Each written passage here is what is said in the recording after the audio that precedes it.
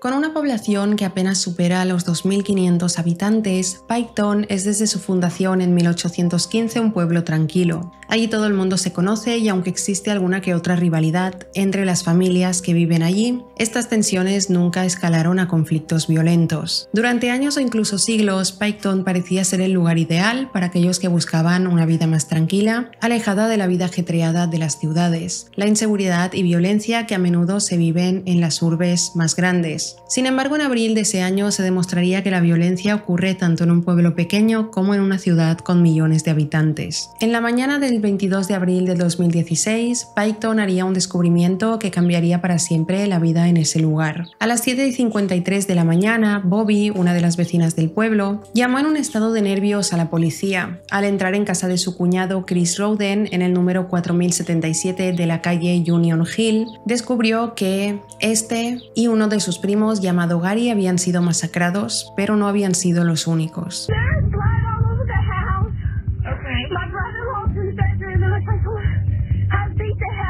En su camino al domicilio, la patrulla policial fue detenida por un vecino que les pidió por favor que fuesen a otras dos direcciones donde él y otros vecinos habían descubierto sangre y más cuerpos. En las tres direcciones vivían miembros de la misma familia, los Rowden. En total, 8 miembros de la familia fueron encontrados sin vida esa mañana. Ninguno de ellos había decidido acabar voluntariamente con su vida, que ello había sido obra de alguien de fuera de la familia. Hoy vamos a hablar sobre quién estuvo detrás del crimen más violento de la historia de todo el pueblo e incluso el condado, y cuáles fueron los motivos para masacrar a una familia entera. Bienvenidos a otro caso misterioso. Antes de empezar voy a dejar por aquí mis redes sociales y si te gusta este tipo de contenido suscríbete al canal, deja un me gusta y ahora ya empecemos con el caso de la masacre de Pike.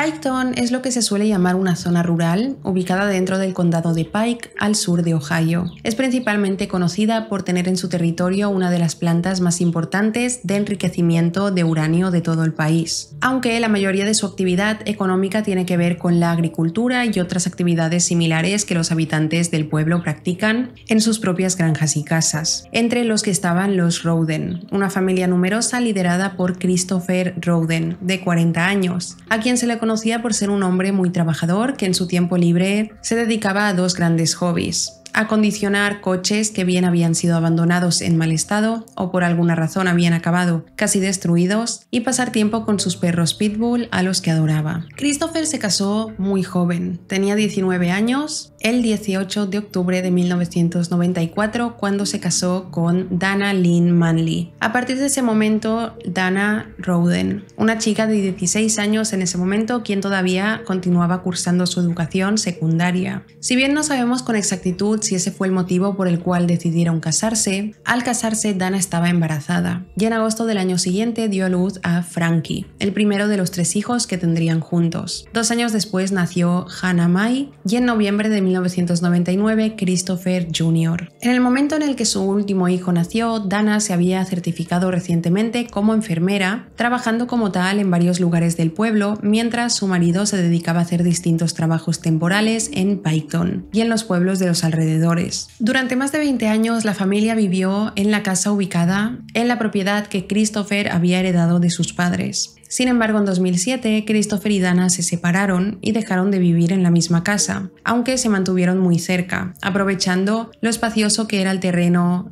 de los Rowden, ya que el matrimonio no había terminado en malos términos. Dana compró un tráiler o casa rodante, el cual se encontraba dentro de la propiedad de su exmarido, pudiendo así compartir todavía sus 2 perros y seguir siendo una familia aunque no estuvieran juntos. Con el pasar de los años, a medida que sus hijos iban creciendo y haciendo su propia vida, estos también fueron dejando la casa de su padre. El primero fue Frankie, el mayor, que cuando los hechos ocurrieron en 2016 tenía 20 años y asistía al Centro de Estudios Técnicos del Condado de Pike, donde estudiaba soldadura y herrería, aunque también trabajaba como mantenimiento en Big Bear Lake Family Resort, un complejo para acampar y ir de vacaciones en familia. Dejó la casa de su padre cuando se comprometió con Hannah Gilley, una chica también originaria de Piketon, a quien decidió pedirle matrimonio cuando descubrió que estaba embarazada. Aunque para esas alturas Frankie ya tenía un hijo de 3 años con una chica llamada Chelsea Robinson, que había sido su novia de la secundaria. Al igual que había hecho su madre Dana al separarse, Frankie decidió comprar un tráiler ubicado en el mismo terreno de su padre, pero también muy cerca de la casa donde había vivido, donde todavía pasaba varias noches, junto a Hannah y su hijo Brenly, mientras que su hijo mayor vivía junto a su exnovia Chelsea. Según lo que sus amigos contaron posteriormente, Frankie era un chico muy trabajador que soñaba con una vida junto a Hannah. Entre las actividades que más disfrutaba era pescar y cazar, aunque también le gustaban muchísimo los coches como a su padre.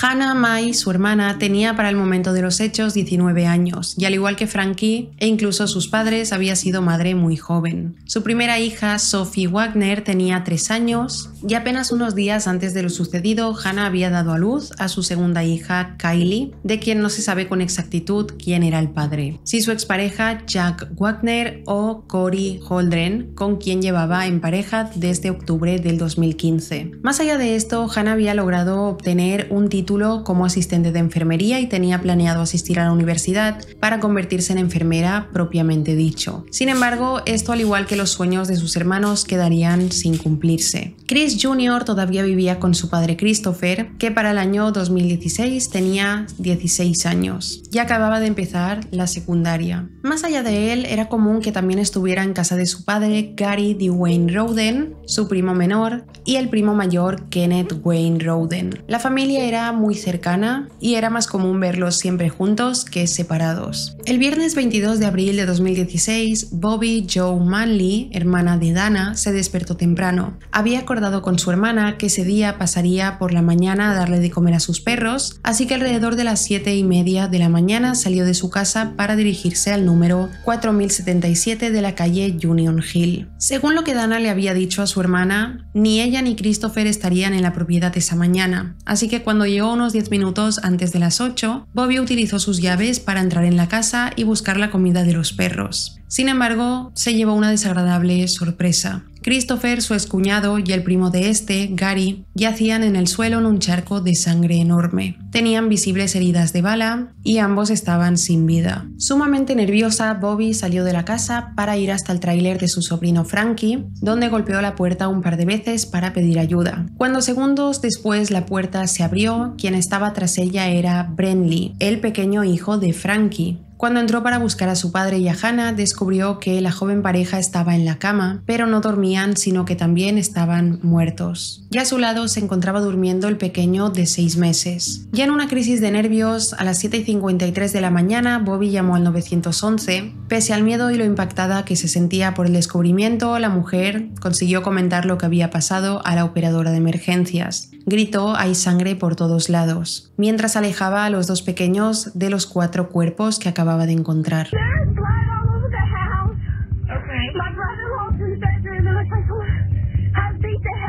Tras cortar la llamada con la policía, Bobby decidió llamar a James Manley, hermano mayor suyo y de Dana. Durante las últimas semanas, su hermana había dejado su tráiler para mudarse junto a Hannah, su hija, Hannah Mai, en una casa que no quedaba a más de 2 kilómetros de donde vivía el resto de la familia. Nerviosa, Bobby le pidió a su hermano mayor que se dirigiera hacia casa de Dana y Hannah para avisar de lo que se había encontrado. Sin embargo, James, al llegar a la casa, descubrió que Hannah, Mai, Dana y su hijo menor Chris también habían sido asesinados en sus camas. Igual de desesperado que su hermana, James salió a la calle y al encontrarse con los móviles policiales que se dirigían hacia Union Hill, les pidió antes que revisaran la casa de Dana, informando que había encontrado otros 3 cuerpos. La policía decidió separarse para asistir a las 2 escenas de los crímenes, aunque inmediatamente se solicitó ayuda a la oficina del sheriff del condado de Pike. Era un crimen como nunca había ocurrido en Piketon y sus oficiales no tenían ni los recursos ni la experiencia para poder encargarse de un caso con las características de esta matanza, a la que a media mañana se le agregó otra víctima más.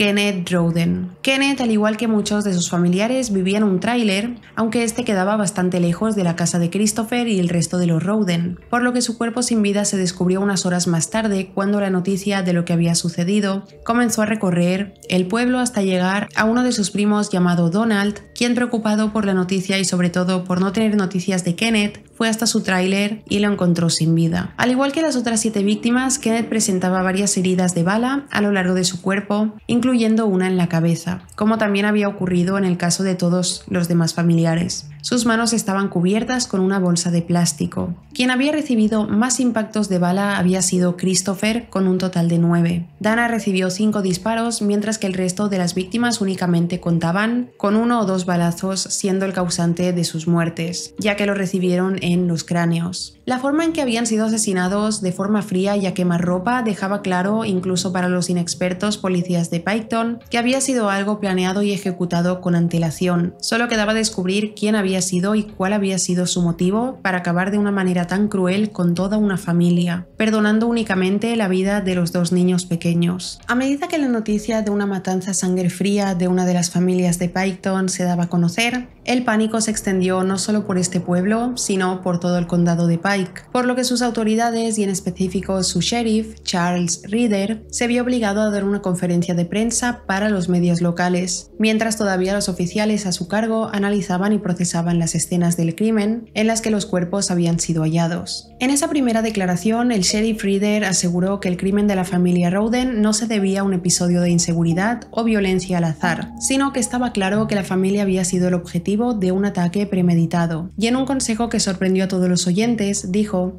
"Ármense para defenderse si están asustados". Así que no hace falta decir que gran parte de la sociedad de Piketon y los pueblos cercanos lo hizo. Para esas alturas, la hipótesis de un pacto suicida había quedado completamente descartado, ya que ninguna de las heridas de las víctimas parecían ser autoinfligidas. Sin una teoría clara sobre lo que podía haber ocurrido, las autoridades del condado de Pike enviaron por lo menos a 100 oficiales y detectives para que ayudaran con la investigación. Además, el FBI aportó expertos para colaborar, mientras que otros 251 funcionarios de la Fiscalía y organismos similares se fueron uniendo al extenso trabajo que debían hacer. La investigación se inició allanando la 4ª escena del crimen, donde se hicieron descubrimientos que llevarían a la creación de la segunda teoría. En las propiedades de los hermanos Rowden, es decir, Christopher y Kenneth, las autoridades hallaron varios elementos que los conectaban con actividades ilegales. En la casa del menor, Christopher, encontraron una zona acondicionada para la pelea de gallos e incluso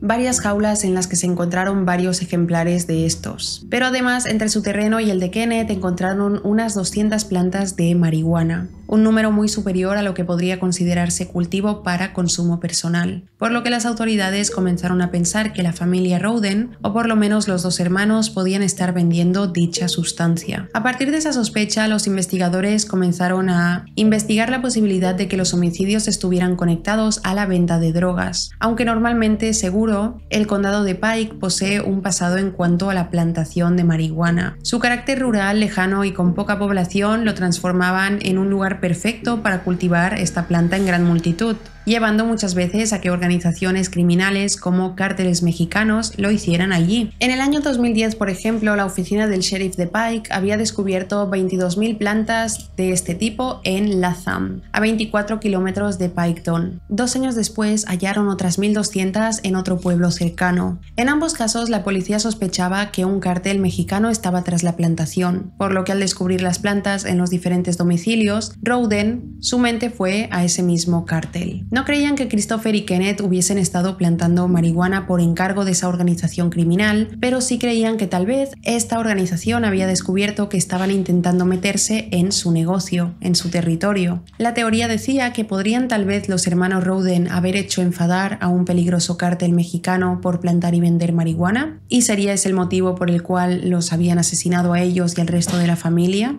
La policía decidió interrogar a quienes conocían a Christopher y Kenneth, además de aquellos familiares que habían sobrevivido. Varios de ellos admitieron saber sobre el nuevo negocio de sus parientes, pero negaron tener conciencia sobre el tamaño de la plantación y mucho menos de sus clientes o modo de venta. Lo cierto es que si bien los cárteles mexicanos son conocidos por tomar fuertes medidas contra aquellos que intervienen en sus negocios o son un problema, la matanza de la familia Rowden no necesariamente cumplía con las características de sus crímenes o ajustes de cuentas.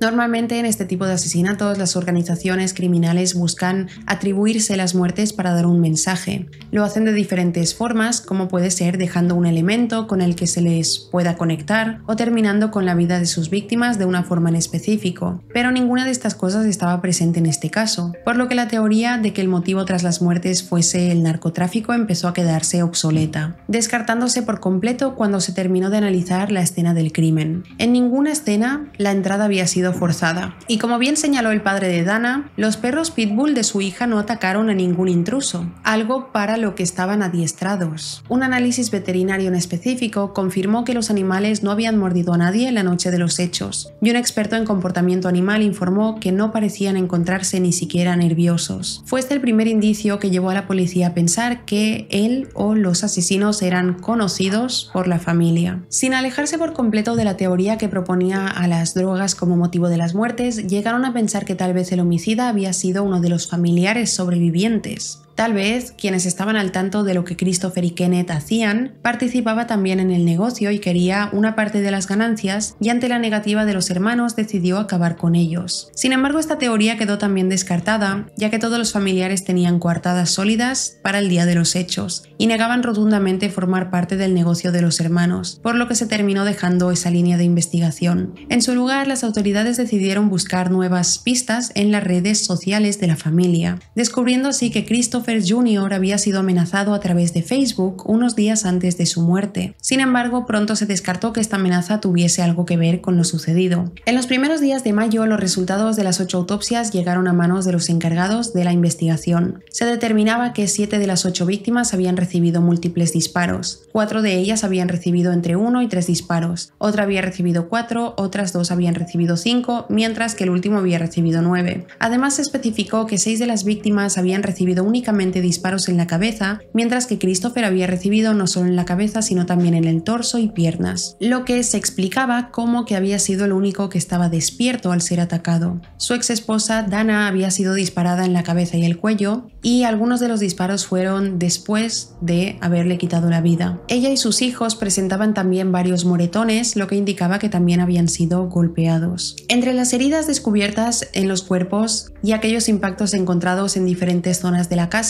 la policía llegó a la conclusión de que él o los asesinos habían disparado por lo menos 32 veces. En los siguientes días y en busca de alguna otra pista, la policía tomó bajo su poder los diferentes vehículos correspondientes a las víctimas. Sin embargo, ningún indicio de los responsables o el motivo tras sus acciones pudo encontrarse. Temiendo todavía por la vida de los hijos pequeños Rowden, las autoridades intentaron de todas las formas posibles resolver el caso, pero pese a sus esfuerzos, la investigación no avanzaba. Pese a que se investigaron distintas posibilidades, la incertidumbre siguió intacta durante meses, incluso cuando se interrogó a diferentes sospechosos. Por ejemplo, en agosto de 2016, los investigadores de este caso trabajaron junto a las autoridades del condado de Kenton, a 160 kilómetros de Piketon, en la investigación de un homicidio doble que presentaba ciertas características similares a la masacre de la familia Rowden. Se trataba de un vendedor de droga y su novia, que habían sido encontrados sin vida en su cama, ejecutados de la misma forma que los Rowden, mientras que sus hijos habían sido dejados con vida en la casa. Sin embargo, la posible conexión entre ambos casos demostró no ser verdadera y por lo tanto el caso de la familia Rowden quedó nuevamente en la oscuridad.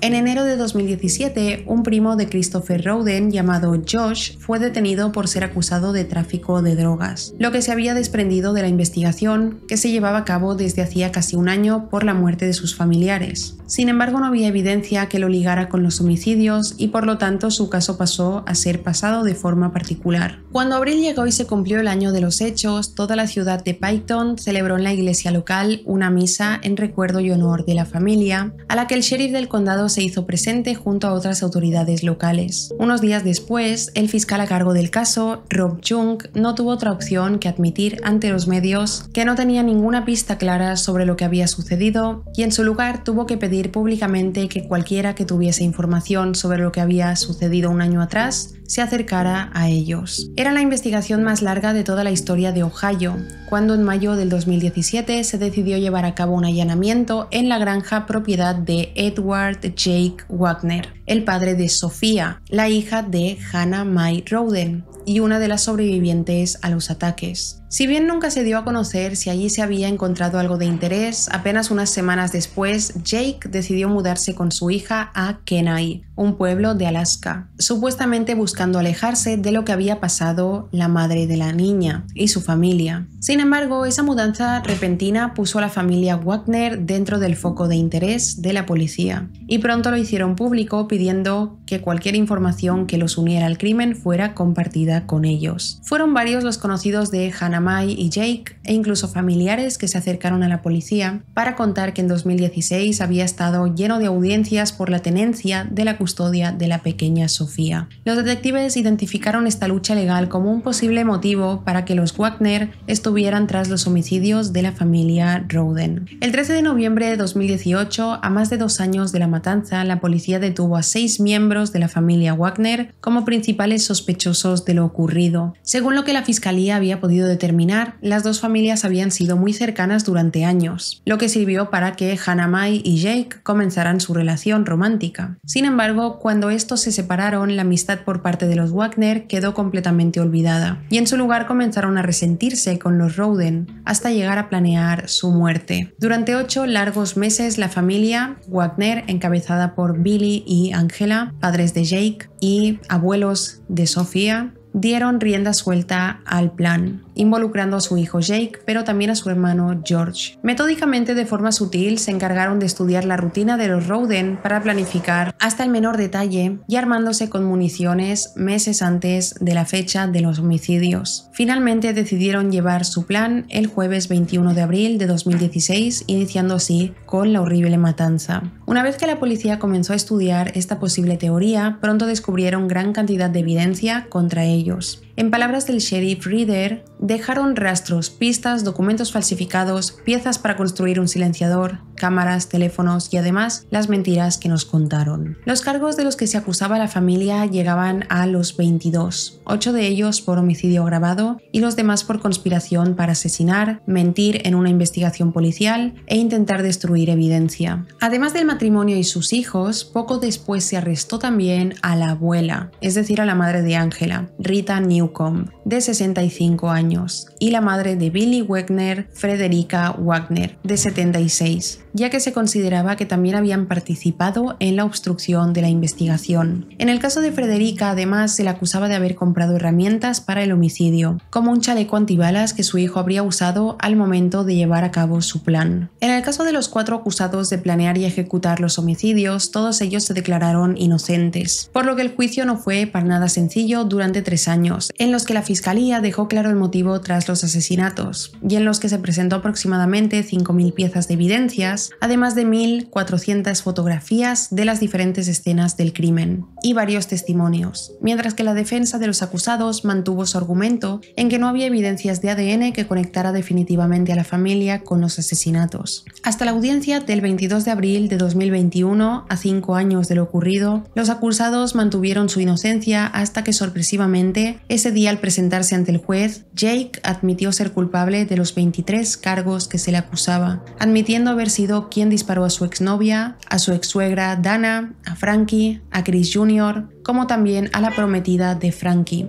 Hannah Gilley. Para no tener que afrontar la pena de muerte, Jake aceptó testificar contra su familia, quien también afrontaba la pena de muerte, y en su lugar recibió cadena perpetua. Este primer paso dado por Jake inspiró a su madre, Angela, que el 10 de septiembre de ese mismo año decidió seguir su ejemplo y declararse también culpable de los 14 cargos de los que se le acusaba. Confesó haber ayudado a planear los homicidios, asegurándose de comprar y armar los silenciadores y la munición prisión para las armas que se utilizaron, además de cubrir los rastros que habían dejado. A diferencia de su hijo, Angela recibió 30 años de sentencia sin la posibilidad de libertad condicional y también aceptó testificar contra su marido e hijo mayor. George fue junto a su padre el único que tuvo un juicio propio. Este inició el 12 de septiembre de 2022 y en él la fiscalía hizo hincapié en su papel como participante activo de lo sucedido, incluso si no había sido él quien había apretado el gatillo. Su hermano Jake testificó que si bien él había sido el primero en disparar, George y su padre habían continuado con los disparos y homicidios. La defensa del acusado dijo que George no estaba al tanto del plan, pero era difícil creerle. El jurado no se lo creyó y tras 8 horas de deliberación lo declararon culpable, lo que acabó en que fuese sentenciado el 19 de diciembre de 2022 a 8 cadenas perpetuas consecutivas, además de otros 121 años de sentencia por su falta de remordimiento ante lo sucedido. Su padre, Billy, todavía no ha tenido su último juicio, pero se cree que su condena será muy similar o incluso mayor a la de su hijo. En cuanto a las abuelas de la familia, ninguna fue a prisión, pero a Frederica se le puso una tobillera con GPS para ser monitoreada de manera electrónica. De los pequeños Rowden que sobrevivieron a esta tragedia no se sabe mucho, pero un periodista que habría podido hablar con Brentley, el pequeño de Frankie, dijo que este le dijo: «Mi papá está trabajando, arreglando coches en el cielo con Jesús». Una anécdota que nos recuerda que no fueron solo 8 las víctimas de la masacre Rowden, sino también estos niños que tienen que vivir ahora sin